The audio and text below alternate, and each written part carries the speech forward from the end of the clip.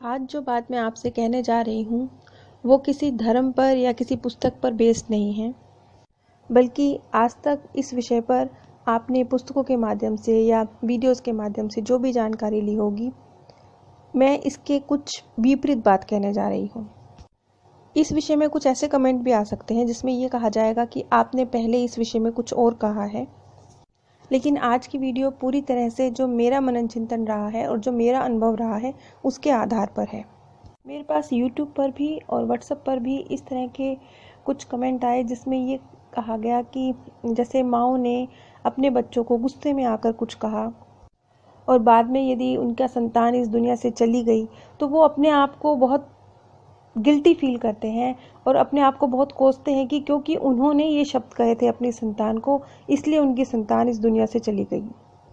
और भी बहुत से इस तरह के कमेंट आए जो कहीं ना कहीं लॉ ऑफ अट्रैक्शन के ऊपर बेस्ड थे, क्योंकि लॉ ऑफ अट्रैक्शन हमें सिखाता है कि आप जो भी बोलते हैं, सोचते हैं, वो चीज़ सत्य में परिवर्तित हो जाती है। अब यहाँ पर ये चीज़ जो मैं कहने जा रही हूँ वो आपको थोड़ी अलग लगेगी, लेकिन जो मेरा मनन चिंतन रहा है मैं उसके आधार पर कह रही हूँ। इंसानी दिमाग कुछ इस तरह से कार्य करता है कि जो कुछ हमारे पास है उस पर, वो चाहे कितना ही बेहतरीन क्यों ना हो, हमारा ध्यान नहीं जाता। इसके विपरीत जो चीज़ हमारे पास नहीं होती उसके ऊपर हमारा ध्यान जाता है।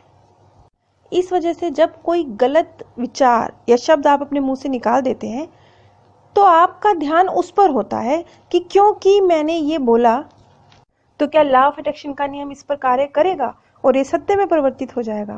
क्योंकि जब हम लॉ ऑफ अट्रैक्शन के नियम के विषय में पढ़ते हैं, सुनते हैं, समझते हैं तो एक डर क्रिएट होने लगता है। डर इसलिए क्रिएट होने लगता है कि क्योंकि जितना हमने पॉजिटिव सोचा है उस पर हमारा ध्यान नहीं जाएगा, बल्कि उसके विपरीत जो कुछ भी हमने सोचा है उस पर हमारा ध्यान जाएगा और एक डर क्रिएट होगा कि ये मैंने गलत सोचा तो क्या ये सत्य हो जाएगा। जैसा मैंने अभी एग्जांपल दिया कि कुछ इस तरह के माँओं के मेरे पास कमेंट आए जिसमें उन्होंने कहा कि हमने अपने बच्चे के बारे में ऐसे बोला, गुस्से में बोला और वो चला गया इस दुनिया से, तो क्या मेरी वजह से चला गया। यहाँ पर हमें इस बात को समझना होगा कि लॉ ऑफ अट्रैक्शन का नियम जितना भी हमने इन किताबों के माध्यम से या जो कुछ हमारे को वीडियो के माध्यम से जानकारी मिलती है, इनके माध्यम से हम समझते हैं, ये अपने आप में कहीं अधूरा है। एक्चुअल में लॉ ऑफ अट्रैक्शन एक साइकोलॉजिकल फिनोमिना है, क्योंकि हम में असीम पावर है, इसलिए लॉ ऑफ अट्रैक्शन हमारी असीम पावर को जगा देता है।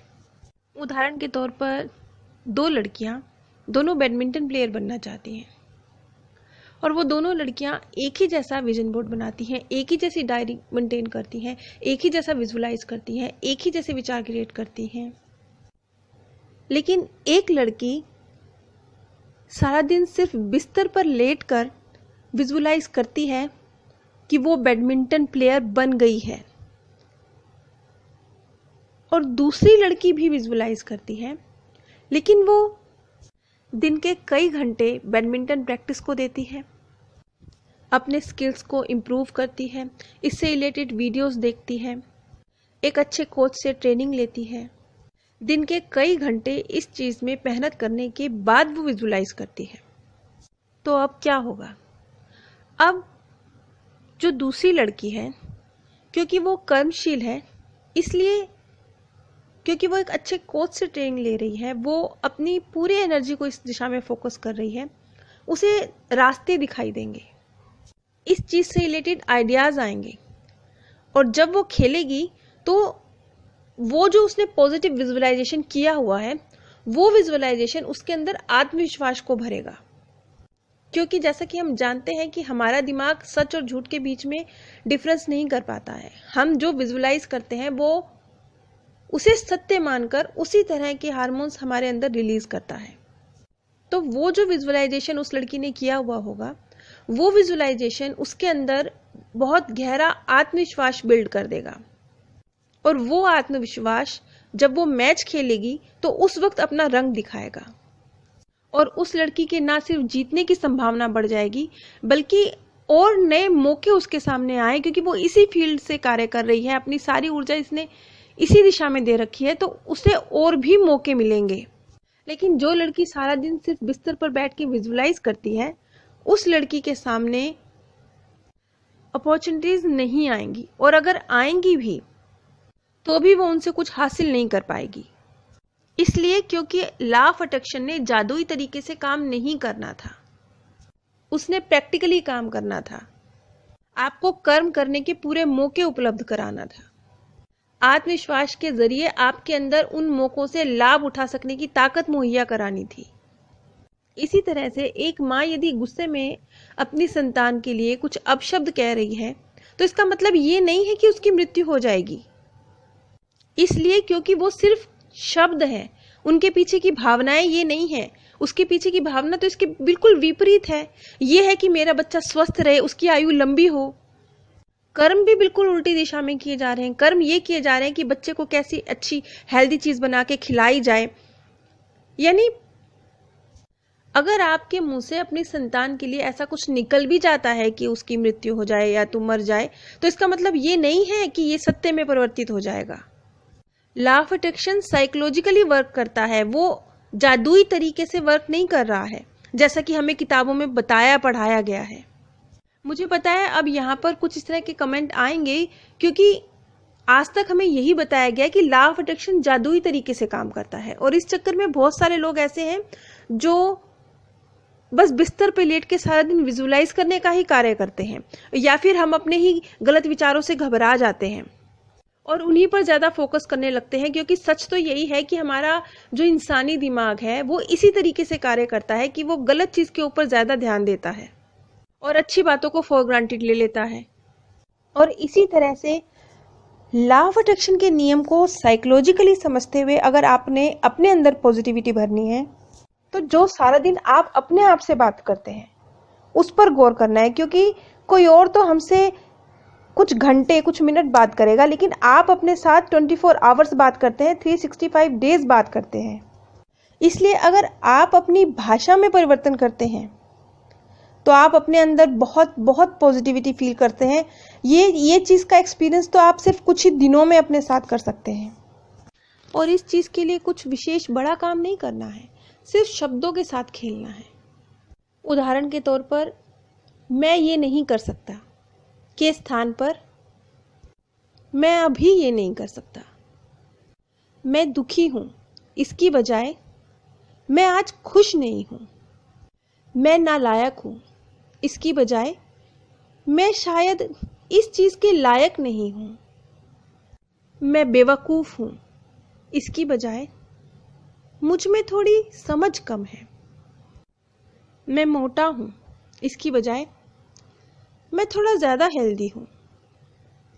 अब आप बोलेंगे कि बात तो एक ही है, लेकिन यहां शब्दों का फर्क है, और ये शब्दों का फर्क हमारे मन में बात को हल्का कर देता है, उसकी जो पावर है वो कम हो जाती है। इस चीज को आप मेरी कई वीडियोस में नोट करेंगे कि मैं गलत शब्दों का प्रयोग करने से बचती हूँ, इसके स्थान पर मैं इसके विपरीत शब्द कहकर काम चलाती हूँ। ये जो बहुत छोटा सा चेंज है, ये बहुत छोटा सा जो शब्दों का चेंज है जो हम अपने मन में ही कर रहे हैं अपने आप से बात करते वक्त, ये चीज हमारे अंदर जो शब्द जिस तरह की भावनाओं को ट्रिगर करते हैं उनके ऊपर काम करती है। क्योंकि हर शब्द किसी ना किसी फीलिंग के साथ जुड़ा हुआ होता है, और जब आप अपने आप को कुछ कहते हैं तो कोई ना कोई फीलिंग आपके अंदर जागृत होती है। जब आप कहते हैं मैं दुखी हूं, तो आप एक अलग तरह की फीलिंग क्रिएट करते हैं। लेकिन जब आप कहते हैं कि मैं कम खुश हूं या मैं खुश नहीं हूं, तो बात वही है, लेकिन ये शब्द का हेरफेर उन भावनाओं के ऊपर असर डालता है जो भावनाएं आपके मन में इन शब्दों की वजह से क्रिएट होती हैं।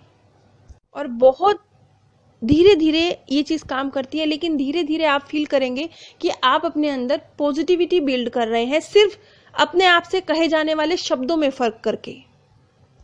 और इसी तरह से बिल्कुल अपने अंदर से गिल्ट निकाल दीजिए कि आपने अगर कुछ अपने प्रियजनों के लिए गलत सोचा है तो वो सत्य में परिवर्तित हो जाएगा। ऐसा कुछ नहीं होगा, हो ही नहीं सकता। क्योंकि वो सिर्फ शब्द हैं, आपकी भावनाएं कहीं कुछ और हैं, और भावनाओं के साथ साथ आपके कर्म भी कुछ और हैं। कर्म तो आपने वो किए ना जो आपके प्रियजनों के हित में हैं। इसी तरह से चाहे आपने अपने मुंह से अपने प्रियजन को गुस्से में कह भी दिया हो कि जा तेरी मृत्यु हो जाए, लेकिन आपके मन की भावना क्या है? बहुत शुद्ध भावना, ये भावना कि उसकी आयु लंबी हो, तो सत्य में वो भावना बदलेगी। तो इस तरीके से ये लॉ ऑफ अट्रैक्शन का नियम साइकोलॉजिकली वर्क करता है। ये उस जादुई तरीके से वर्क नहीं कर रहा है जिस तरीके से हमें बताया गया है। इस प्रकृति में हर चीज बहुत प्रैक्टिकली और सिस्टमेटिकली होती है। आप सारा दिन लेट कर अगर कोई विचार क्रिएट कर रहे हैं और कोई वर्क नहीं कर रहे हैं तो वो सत्य में तब्दील नहीं होगा। आप सभी पर परमात्म सौंदर्य, प्रेम और आनंद सदैव बरसता रहे। आप सभी दिव्य परम धाम में स्थान प्राप्त करें। आज